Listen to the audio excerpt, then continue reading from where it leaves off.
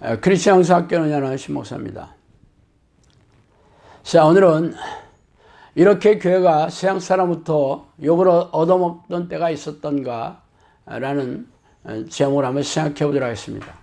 먼저 언론 기사에 난 그 댓글을 제가 몇 가지 한번 말씀드릴게요.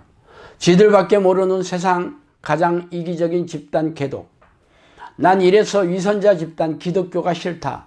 대다수 대형교회는 대한민국의 비리의 온상이며 암적인 존재다. 기독교인들은 자신들이 하나님을 믿는다는 이유만으로 하나님의 말씀을 실천하지 않아도 된다고 생각하는 집단. 하나님의 말씀 중 가장 중요한 사랑을 실천하는 사람 한 명도 못 봤음.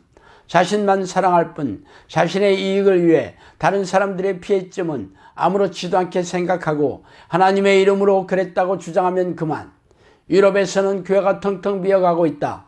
교회에 노인들만 몇몇 앉아있는 실정이다. 그러나 한국에서는 교회가 돈벌이 수단으로 최고인 것 같다. 자, 이 글들은 최근 럭셔리하고 웅장한 교회 건물 지하가 불법 건축물에 몰린 위기에 있는데도 서울시장과 구청장이 예배당 헌당식에 참석해서 달달한 덕담과 축사를 늘어놓았다는 기사의 밑에 달린 댓글의 일부입니다. 이 댓글을 단 사람들은 죄다 기독교와 교회, 목사와 교인 그리고 예수님을 향해서 저주에 가까운 욕설과 비난을 포부되고 있죠.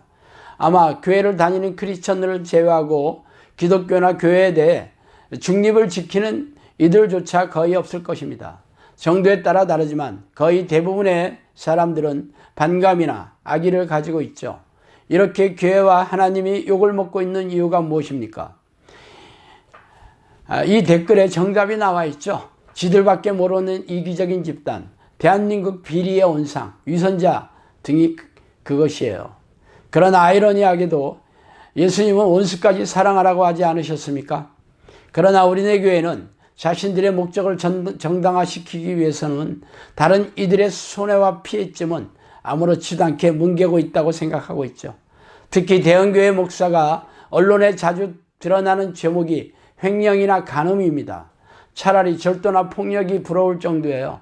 최고의 도덕성으로 빛나는 훈장으로 타의 모범이 되어야 하는 목회자들이 자신의 탐욕을 위해 사기를 쳐서 재산을 끌어모았다는 횡령이나 자신의 영향력을 이용해서 성적 쾌락의 희생물로 삼는 이 간음의 죄악은 입이 10개라도 할 말이 없는 범죄입니다. 물론 수십만 명이 넘는 목회자 중에서 물을 흐리는 미꾸라지 몇 명이 있을 법도 해요. 그러나 그들이 대한민국을 대표하는 대형교회 수장이라는 것이 기가 막히는 일이에요. 그들을 선출하고 그 교회 대표에 올려놓은 이들이 누구입니까? 바로 그 교회의 교인들입니다. 내놓으라 하는 대형교회 교인들은 우리네 교회 평균 이상의 수준의 지식과 신앙 그리고 인품을 지닌 사람들이 아닙니까? 그렇다면 이들의 기준과 선택이 우리네 교회의 민낯을 드러내고 있는 것입니다. 물론 밖에서 바라본 교회나 교인들의 사정을 하나님을 모르는 세상 사람들이 오해하거나 잘 모를 수 있어요. 그러나 우리네 교회는 세상에서 그들과 섞여 살고 있으며 그들에게 복음을 전해 가르치고 천국 백성으로 삼아야 하는 의무가 있습니다.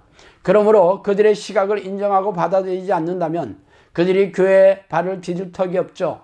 이렇게 우리네 교회는 세상 사람들의 인심과 마음에서 분리되어 동떨어져 있습니다. 어쩌다가 우리네 교회가 이렇게 세상 사람들의 공공의 적이 되었는지 알다가도 모를 일입니다. 사도들의 손을 통하여 민간의 표적과 기사가 많이 일어나며 믿는 사람이 다 마음을 같이하여 솔로몬 행각에 모이고 그 나머지는 감히 그들과 상종하는 사람이 없으나 백성들이 칭송하더라. 사도행전 5장 12절 13절입니다. 하나님의 말씀이 정정 왕성하여 예루살렘에 있는 제자의 수가 더 힘이 많아지고 허다한 제사장의 무리도 이 도에 복종하니라. 사도행전 6장 7절이에요. 바나바가 사울을 찾으러 다수에 가서 만남에 안디옥에 데리고 와서 둘이 교회에 1년간 모여있어 큰 무리를 가르쳤고 제자들이 안디옥에서 비로소 그리스도인이라는 일컬음을 받게 되었더라. 사도행전 11장 15절, 25절에 26절 말씀입니다. 이 구절들은 기독교인들의 이름이 유래된 사건과 정황을 잘 말해주고 있죠. 사도들의 입을 통하여 예루살렘과 이스라엘 땅에 복음을 전하여지면서 귀신이 쫓겨나가고 고질병이 나오며 표적과 이적이 일어나자 사람들이 놀라워하면서 유대교를 탈퇴하고 기독교에 입교하게 되고, 그렇지 않은 사람들도 상종하지는 않았지만 입을 모아 칭찬하고 있다고 말하고 있습니다. 그래서 한때 사도들과 제자들을 박해했던 제사장의 무리까지도 기독교를 믿게 되었다고 말하고 있어요. 이런 상황을 비춰볼 때 사람들이 초대교회의 교인들을 경외심과 존경심을 가지고 대하며 그리스도인이라고 불렀다는 것을 아는 게 어렵지 않습니다. 당시 사도들과 제자들은 선행과 영적 능력을 통해서 예수 그리스도에 대해 전혀 모르던 유대인들에게 깊은 인상을 심어주었어요. 선행과 영적 능력은 하나님이 함께 하시는 기본적인 증거입니다. 그래서 기독교가 예루살렘과 유대 땅에서 번져나가 전 세계로 퍼져나가는 발판이 되었음은 물론입니다. 그런데 우리네 교회 사장은 그야말로 정반대이죠. 세상 사람들은 하나님에 대해 알고 싶어하지 않는 정도가 아니고 이를 갈고 저주하고 증오하고 있어요. 무능하고 무기력한 영적 능력은 접어두고라도 선행이 아니라 악행을 일삼고 있기 때문이죠. 이런 상황을 하나님이 모르실 턱이 없습니다. 하나님께서 어린애 교회를 외면하시고 손을 거주신 이유이기도 하죠. 문제는 당신이에요. 더러워진 물속에 오래 있으면 자신이 오염되어 있는지 알 수가 없어요. 피로현상으로 후각이 마비되어 악취를 맡을 수도 없고, 온갖 더러운 것들이 물에 둥둥 떠다닌 것들도 시간이 지나면 아무렇지도 않게 여기게 됩니다. 게다가 성경을 자의적으로 해석하고 왜곡시켜 아전 인수식으로 그런 설교를 듣다 보면 정상적인 판단력을 잃게 되죠. 성경과 현실의 괴리감을 모르지는 않지만 심각하게 여기지도 않으며 고민하게 되지도 않습니다. 이런 모습이 미호교형에게 생각을 점거당해 무장해제된 상태입니다.